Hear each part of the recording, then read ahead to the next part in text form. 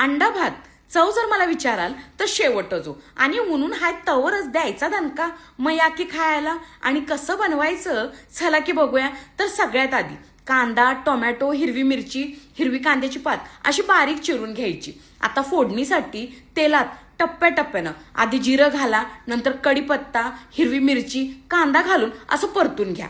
अद्रक लसूणची पेस्ट आणि टोमॅटो घालून अधूनमधून असं उलटनं बघा फिरवत राहायचं.